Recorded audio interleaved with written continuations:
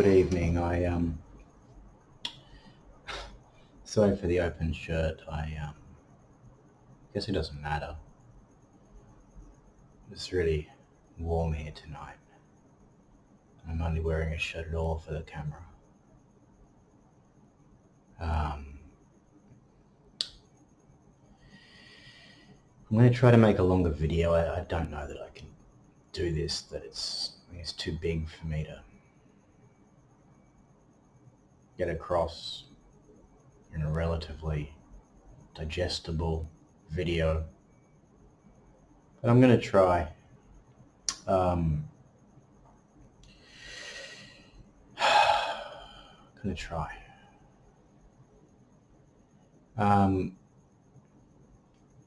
mentioned heartbreak in my last video, and I meant that. There's much worse heartbreak. There's levels to it, right? I don't believe it's irrecoverable, and it could make me stronger still. But it could kill me, slowly. Like, I don't want to be hyperbolic, but I do feel like I'm dying, literally dying sometimes,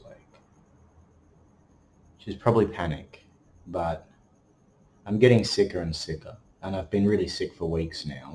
I say really sick, but for me, I never used to get sick, and it's age and lifestyle to some extent, but my lifestyle is getting better and better.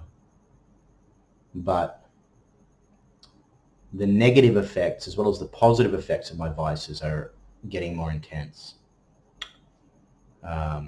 And the level of stress I'm under out of my marriage and divorce is something that I've never experienced before. I got back a couple of hours ago from returning my son to his mother. And it's taken me that long to get over my anxiety. The anxiety and depression. Depression isn't the right word. Melancholy. Deep anxiety and melancholy. I had to process it before I could even try to make this video. And I'm really not trying to evoke sympathy especially here. I understand how karmic this is. But I genuinely feel like I could die. I don't think, I guess that sounds crazy. And I don't think it's going to happen. And I don't mean I'm going to kill myself either. Although, sometimes I wish I could. But I can't. I am certainly not living for pleasure anymore. And did I say hedonism is masochism in my last video? I don't really keep track of it. I haven't been watching my videos after I've been posting them lately. But hedonism is masochism. I've destroyed myself with hedonism. I married a broken-hearted woman who had more chaos in her life than me, I think.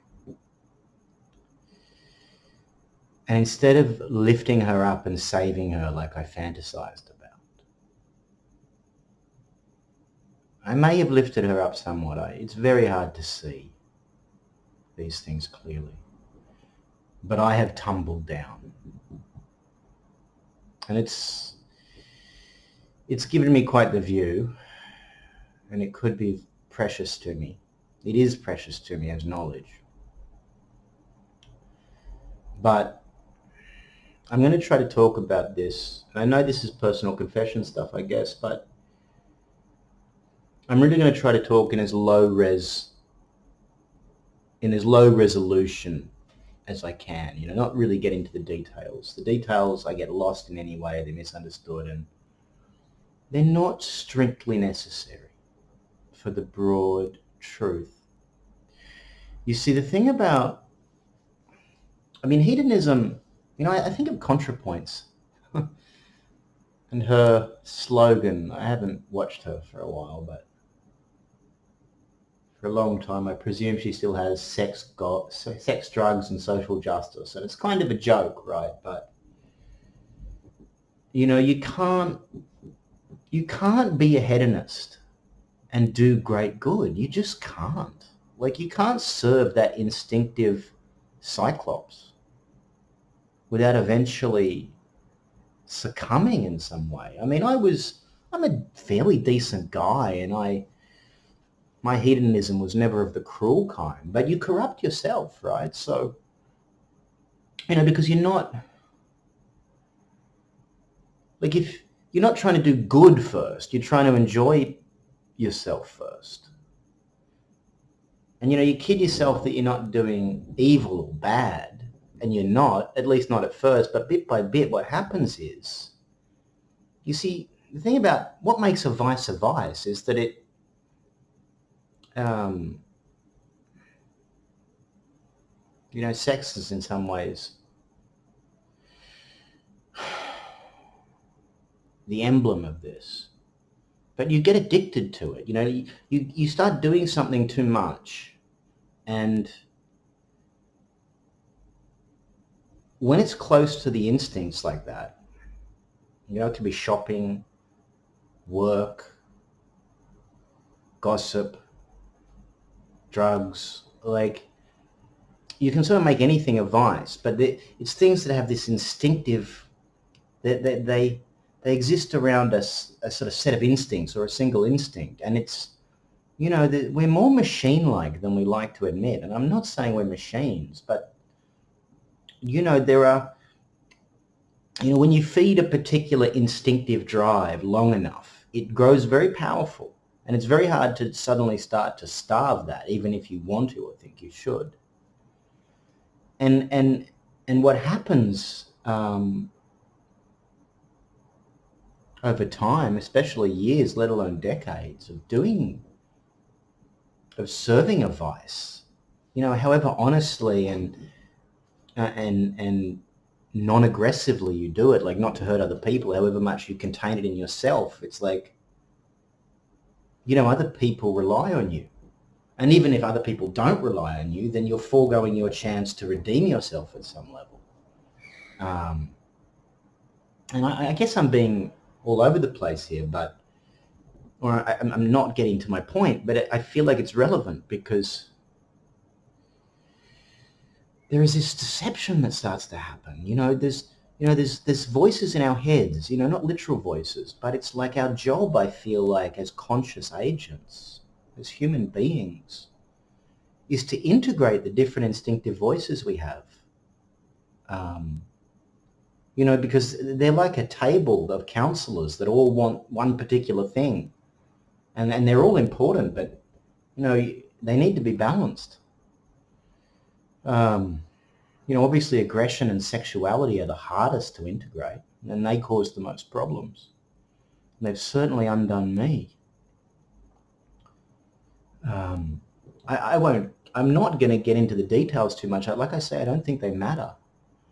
But, you know, those voices, you know, I spent so long feeding the wrong ones, I suppose. I mean, nothing is total, and there's something redeeming even in the fact that I can talk about it, that I have some awareness of it, that I'm struggling against it. Like, nothing is total, but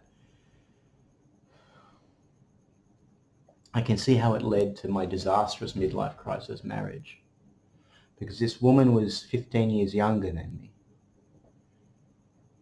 and, you know, from Indonesia. So it was a very, you know, I met her here. But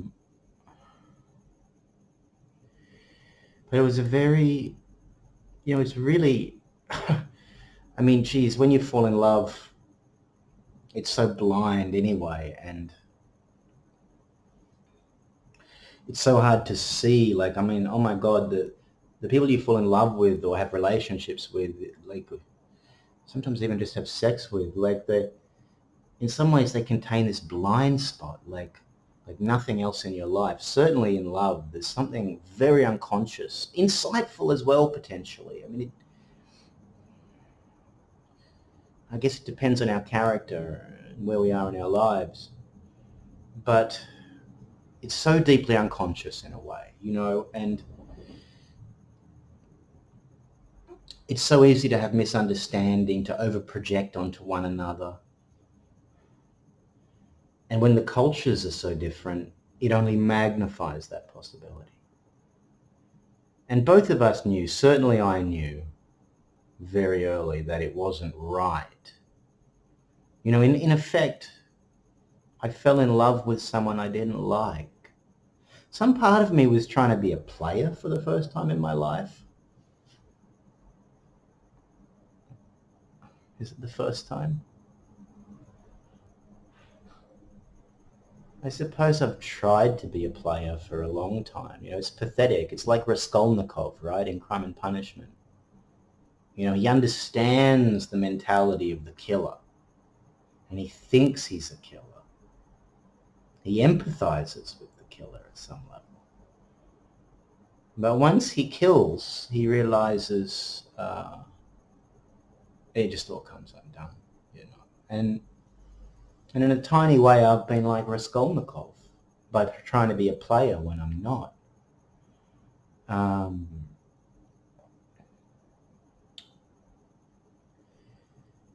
Because in the end, I think it's fair to say that I was dominated by this woman. It would be more true to say that I was ruled by what was ill in her. And it would be even more true to say that because I allowed myself to be ruled by what was ill in me, I was ruled by what was ill in her.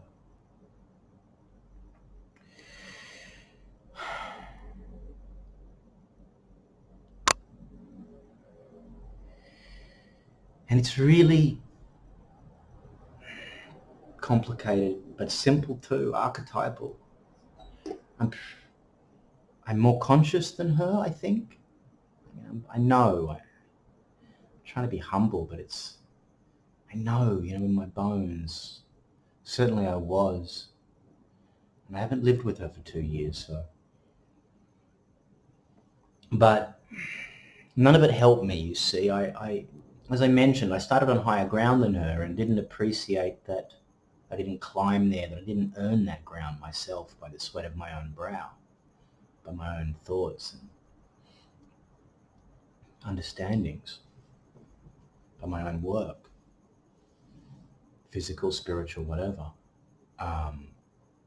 And so I sort of the conscious ego of me was like, could clearly see that I had more awareness and understanding and love and capacity in a lot of ways. Not in all ways, but in a lot of ways. But it didn't matter because in my benign way, I was serving pleasure and vice. So I was in thrall to my own shadow. So it didn't matter what I could consciously see or what I believed, because living with this woman, marrying this woman, falling in love with this woman, whose shadow was stronger than mine, when I was following my shadow and not really listening enough to my nobler voices, not doing the genuine work of integrating the warring instincts within, then her shadow ruled my shadow. And because my shadow was ruling me. And it's so awful. Because we had a very toxic relationship, as you might imagine, with this description. And I do not wish to insult or degrade this woman. She's a chaotic woman who is not the nice person she pretends to be. But she has revealed to me how unpleasant I am. I want to say were, and I'm changing fast, but I don't know. I'm still in I'm still in the fog of it all.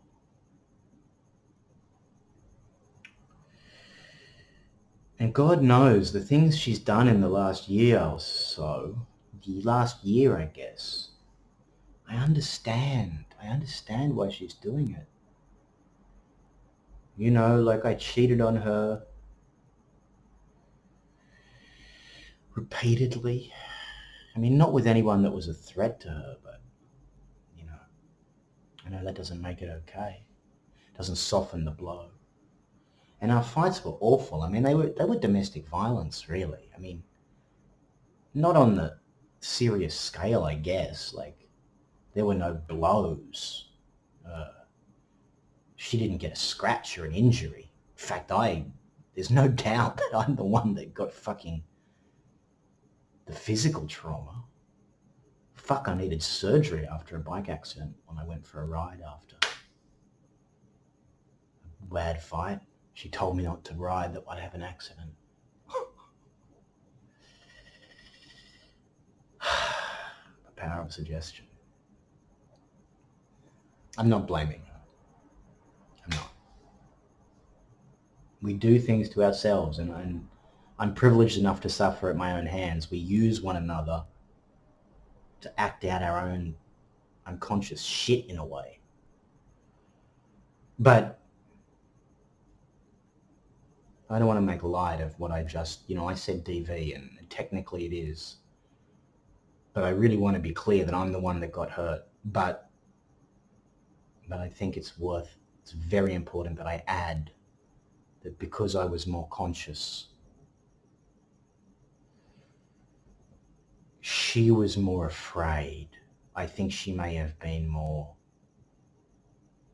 I don't know if she's more traumatized than me, actually, but I don't think that she's so, in some ways, cynical and pessimistic and thinks the worst so often that I think that she believed herself to be in much more danger than she ever was. I think I actually have no doubt at all that our marriage was always more dangerous for me than her. I don't think she's ever taken responsibility for any of that. She's sort of shut up about it lately. I think it's hard for her to even kid herself. But she's acted from go to woe like I'm a monster in many ways. Like I'm getting into too much detail, I guess. Even though I'm not getting into any absolutely explicit detail.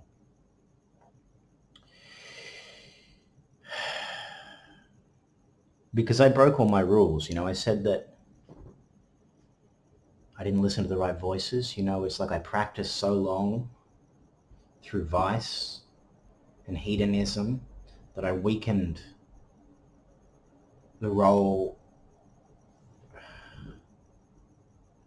the noble role of the ego. The ego isn't an enemy. It's actually, we need to develop a good ego. Like a good king.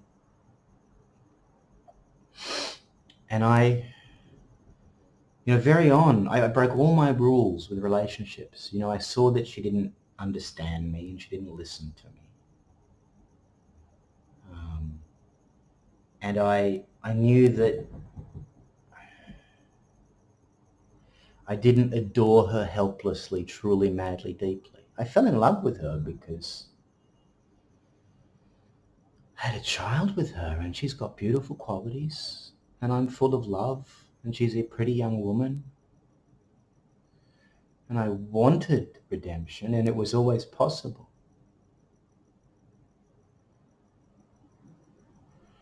But she always wanted me to do all the work. I mean, she worked hard physically up to a point. I begged her to work less hard. The sacrifices she made for me that she held up were never sacrifices I asked her to make. And they were always the sacrifices that were ingrained into her that I was trying to help her free herself from. But I didn't help her very well. I don't want to pat myself on the back. Like, 15 years older and from a more loving family, I fucked up, and this has to be more my fault than hers. But at the same time, my empathy has destroyed me with her because I've been so open and she's not. and I am so self-doubting and she's not. So like I always got dominated in our disputes in the end. Like it was always about my problems and my needs to change. And to be fair, I'm older and my problems were more advanced and more on the point of breaking me. And I more openly conceded them. So it's like I gave the ground to that. Um,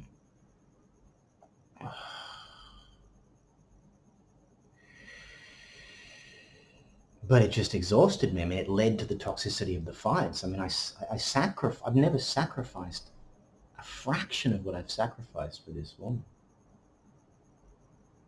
And again, I'm not saying I've done anything good. It's like, I'm grateful for her good qualities. She's a great mother in many ways. Like I can just trust her with my son, who I've had to give up to her more or less. I mean, I have him 3 nights a week almost, but she hides him from me and she won't talk about anything, and she's replaced me as a father secretly after promising not to, and hides that relationship and won't talk about anything. And it's just like, staying true to my son, who adores me and who needs me, has been at great personal cost. Like I understand now why men bail. Like when 2 people have a relationship who shouldn't and it's toxic and they produce a child, like fuck, that's a dangerous thing to do. But at that point, right, women tend to be on average better at self-sacrifice and full-time care of a child, particularly a child that's grown in their body. Like, even women who are disconnected from their bodies have this connection to the child. I mean, not always, not always. There's all sorts of exceptions, and I realize anything is possible, and more there are men who are. But let's talk about, I wasn't that guy, and I realized that a lot of the way I kidded myself that I was nice was by just excluding myself from the world, living in my cave, not doing harm to anybody but myself, which is still harming people, really. But it's not harm like outward, active harm. And when suddenly there's a child that needs your full being, and on top of that, a relationship that requires just an impossible amount of, a virtually impossible amount of self-knowledge and transformational work to make work on both sides. It's not, I understand now how so much horror happens, and we're lucky. There's no lawyers, no police, I mean, he's really well. He seems really well. I worry about him in lots of ways as he, very young children, he's nearly 4, but very young children are relatively easy to keep happy. I mean, it's hard work, the attention, but it doesn't take a lot to satisfy a child if you're willing to give them all your attention, But he's well, so I'm grateful for that.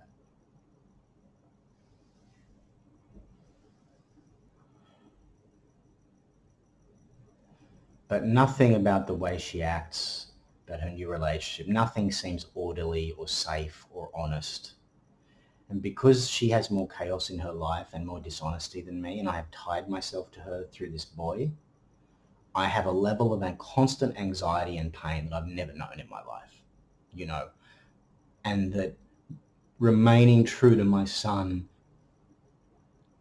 exposes me to, and I'm not claiming to be, I'm really not trying to seem like I'm doing anything noble, because I couldn't live with myself with abandoning my son. I created a situation that was unbearable.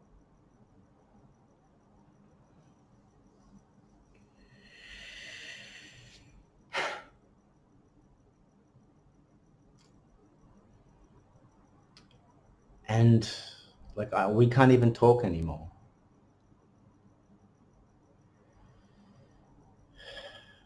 And at this point now, I've just stopped even trying. I can't afford to fight for 50%. She won't give me 50%. She acts like I'm,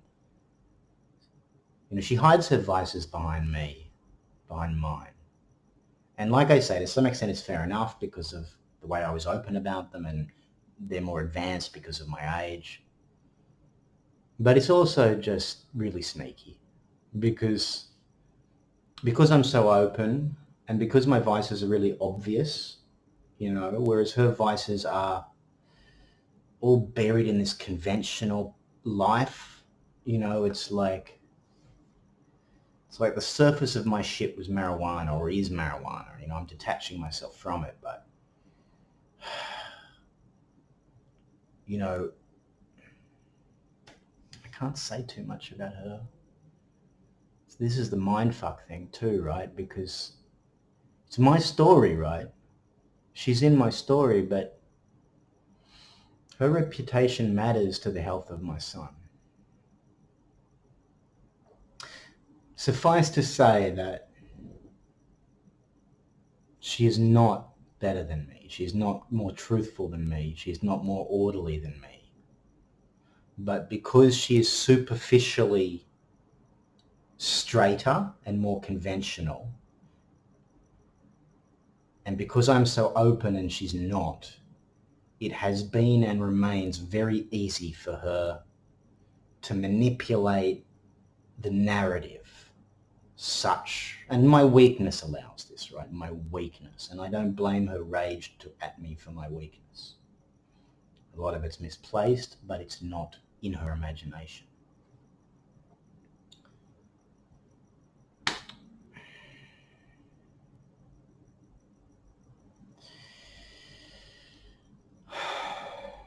But this is how I've destroyed myself. And I get why, like I say, I get why men abandon their children now. Like, I really get it in a visceral way. Not justifying it, not saying it's good. But it's like, the man often is not capable of full-time care. He wants to have a child, but he can't trust the woman.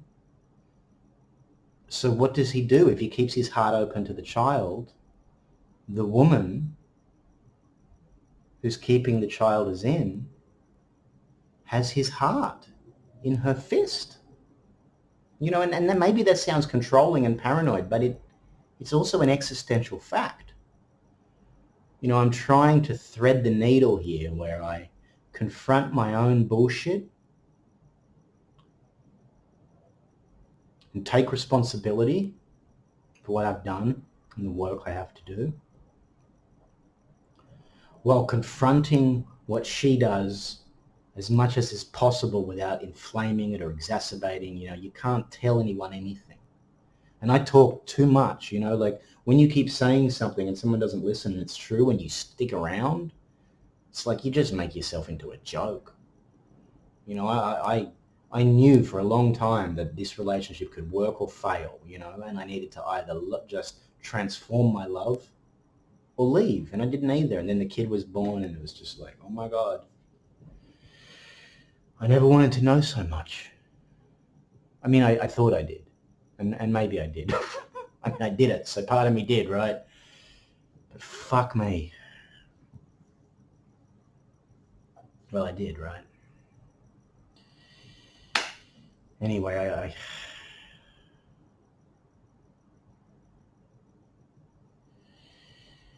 that's what I did. That's where I'm at. And this recording's too long, I guess. I mean, maybe, I guess it's not. I guess it's as long as it has to be. It's not long enough, really, because, I'm going to rewatch this and be like, shit, I didn't say that, and I left that out, and oh my God, and this is misleading, and I should have... But whatever. I'm not going to edit this to death like I've tried with so many videos I haven't posted. But I need to say something, because I could go under a bus or anything could happen. And nobody knows the story anymore. I've gotten to this point in my life. I'm approaching 50, as I said, and my family has no idea anymore. They really don't. They're good people, but they have an inkling of the reality, but they don't want to know it. And I don't blame them. But, if I die tomorrow and that's not going to happen, right? But ain't up to me. I don't control it. I'm trying to do the best to turn my life around, but I can feel the weight of my sins, and I can feel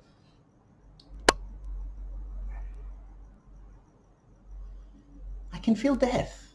I know that sounds psychotic or paranoid, but I don't mean literally death. I can feel the movement. I can feel the energy. I can feel my organs weakening. I can feel my joints failing, my knees. I can feel my mind breaking, I'm not going to kill myself, and I don't think I've got any lethal diseases, but I'm scared as hell of my own spirit. I'm trying to be good. I'm trying to tell the truth, but I've done so much shit unconsciously. I'm scared that I'm still not good enough, and I'm scared that I might do something not meaning to that will destroy me. I've done so much unconsciously to destroy myself.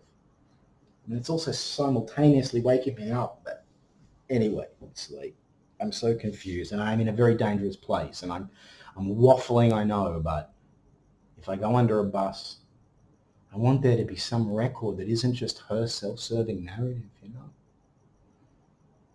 Because I don't want to blow her life up, but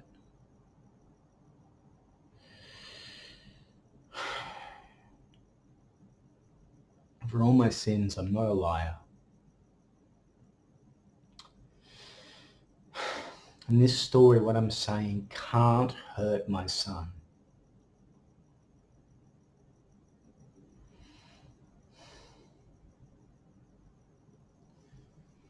And it's the reason, I guess, that I don't kill myself, primarily, is that, because I'm not a stoic. I'm trying to find that in me, but the problem with being a hedonist for so long is that you become the opposite of a stoic, right?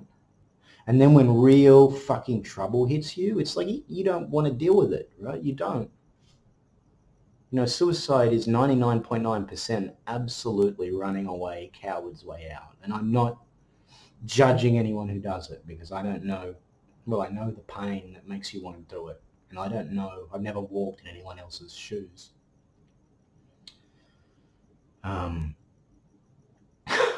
This is too intense to talk about. But it's so fucking important. And I have no one to talk to, really. So this is priceless in its way. I mean, not no one, but even good friends.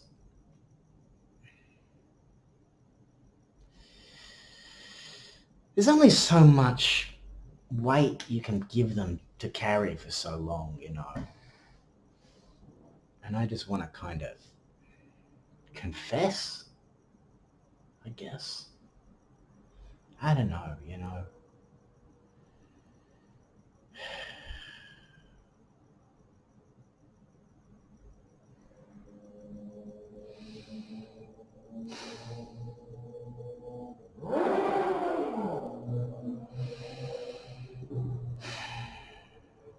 The world is on fucking fire. And I'm going to start talking about that soon. Very soon. Very soon. And I'll return to this with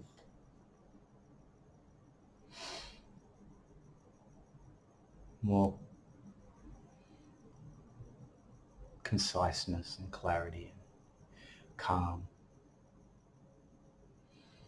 But my son was kind of in tears when I returned him. He wasn't traumatized. He'd been asleep, and maybe he was hungry. But he's not usually, whenever he's so unhappy to leave me, it really hurts. And he hadn't seen me for 2 weeks. But usually when he wakes up after the train trip and I give him a little bit of chocolate, he's like, it's fine. But this time he just didn't want to let go. He really didn't want to go. When we were going back, he was saying, I don't want to go back. And I don't take that as that his life there is a horror show. I actually trust her broadly. She's very protective, too protective, if anything. Her chaos is more of the very unconscious side. I worry about the relationship she's in. But I won't talk about that. It's too private.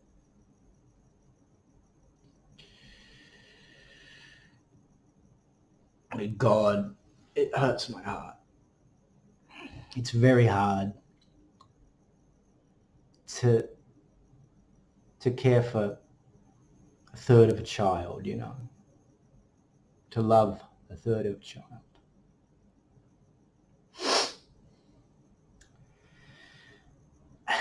And when the handover is like that, and it's so sad because God help me, I think I'm still in love with her. And I would have crawled over glass for her up until nearly a year ago. But the level of chaos and dishonesty and cruelty that she's shown towards me, and I understand why. I understand why. But it would simply be not only destructive to myself, but to her for me to try to redeem our marriage. And at this point, what is so heartbreaking is, this is the fucked up thing, like, the more she seems to realize that she's losing me and that I'm good, the more she acts nice. But it's just,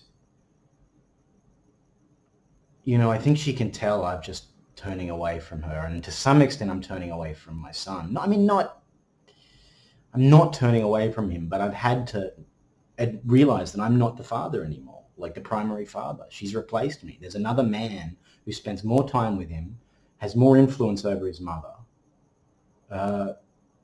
whose home he lives with, that I'm not allowed to visit, that I know nothing about. You know, so this is the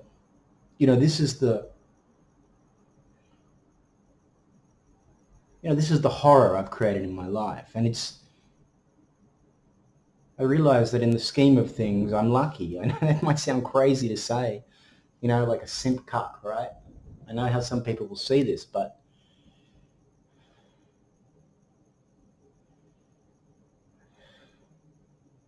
it is also a beautiful thing to have a child. And he is the greatest mirror I've ever looked in. But it's like, I also get why people don't do it, why people don't open their hearts. You know, it's like, fuck me, I wish I hadn't been such a jerk, such a hedonistic jerk, that this is what I did, that I did it this way. And I fear for her. I love her. And she doesn't understand very well. It's all instinctive and semi-conscious for her, it seems. I don't know, maybe I'm not being fair. God, I hope she's not more cunning. But I don't think she is. But I can't even smile at her anymore. It feels horrible. Like, I'm not that guy. I'm an agreeable person. But she's just shat on me. And she's shown no respect for... Anyway, blah, blah, blah.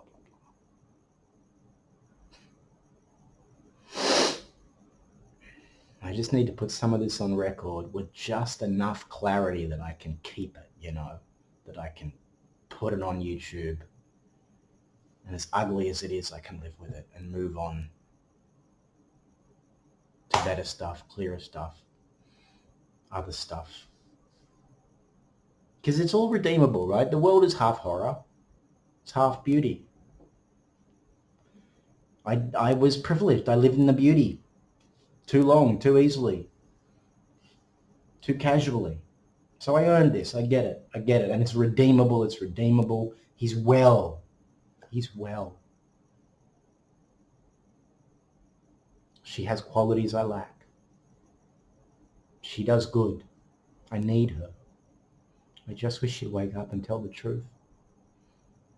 I just wish she wouldn't hide. I just wish she wouldn't live online and pretend. And maybe she's changed. You know, I don't see her. And when you see your exes, particularly when you're bound together like this, there's this tendency regress, to be more like the person that you used to be, I'm willing to, I have no choice but to be optimistic.